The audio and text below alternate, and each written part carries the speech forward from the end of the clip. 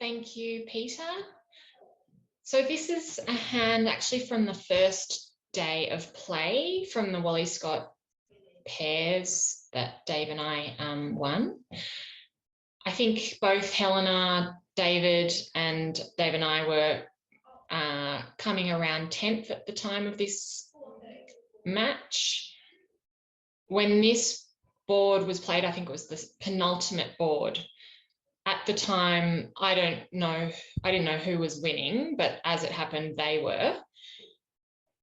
It's pretty good to try and keep the score out of your mind when you're playing bridge. It generally never helps. Just mainly try and focus on doing normal things. But anyway, as it happens, I picked up a hand with very good spade suit, 8 spades to the ace, king, jack, the ace of hearts and the ace of diamonds. So it was very clear that I was going to be bidding 4 spades on this hand. As it happened, it went pass to me. So instead of opening 1 spade, I opened 2 clubs to get the message to partner that I had a game forcing hand.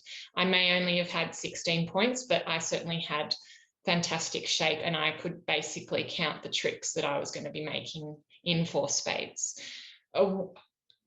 By bidding 2 clubs, I now am telling partner, your aces and kings are very valuable, partner. So help me out a bit if you can.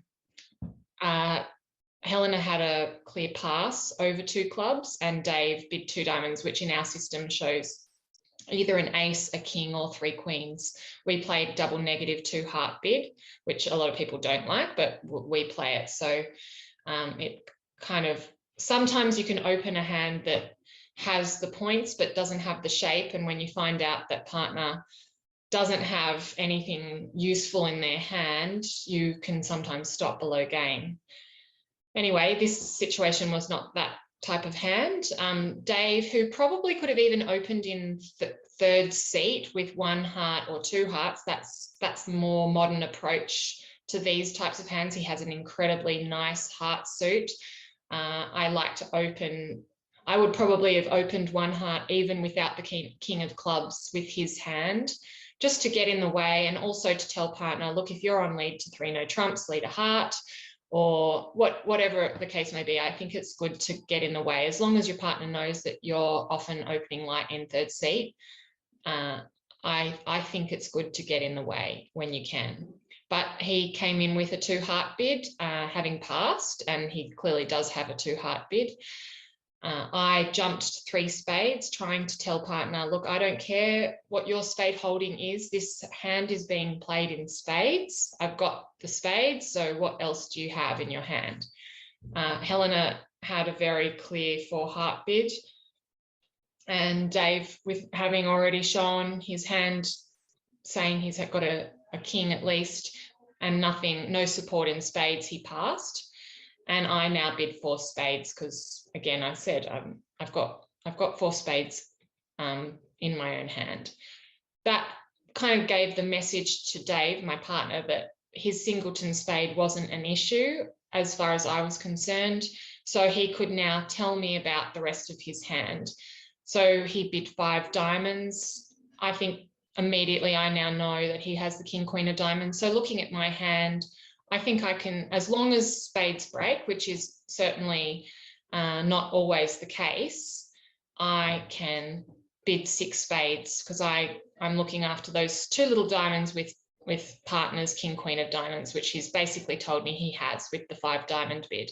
I was very happy not to hear 5 clubs, because had I heard that, I wouldn't have been bidding 6 spades and may even struggle to make 4 spades. So the play was not very complicated. I do think Helena should have cashed her ace of clubs, but she decided to try and set up a heart trick first. So she led a heart.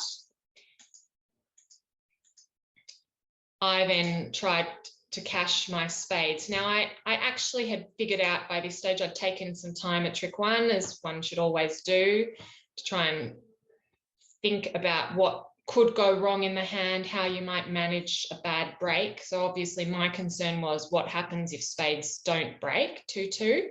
What if the queen of spades doesn't fall under the ace king?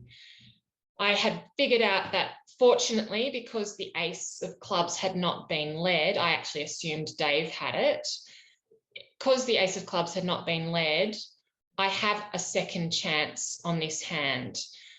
If I play the ace king of spades and the queen of spades doesn't drop, I can actually play the ace king queen of diamonds. And if the person who has 3 spades to the queen does not or has 3 diamonds, so therefore has to follow to the ace king queen of diamonds and can't rough in to cash the ace of clubs, I then play the 4th diamond, the jack of diamonds. They then rough, but I can now pitch my club, so I can basically get rid of that losing club, and they have to win with their queen of spades. So that's why it's so important to lead aces against slams, because often outside suits give you the opportunity to get rid of losers that otherwise could have been cashed at trick 1.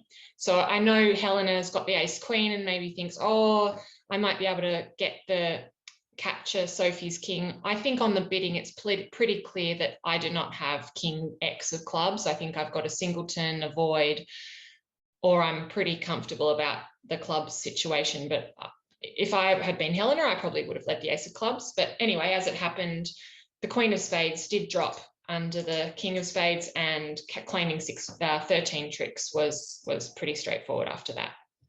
I hope you found that hand interesting.